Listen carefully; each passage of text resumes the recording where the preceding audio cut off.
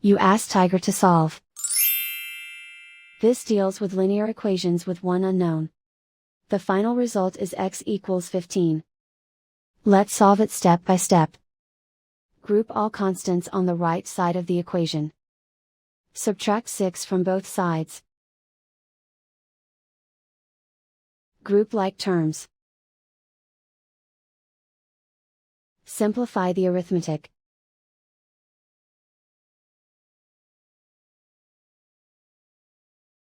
Isolate the L.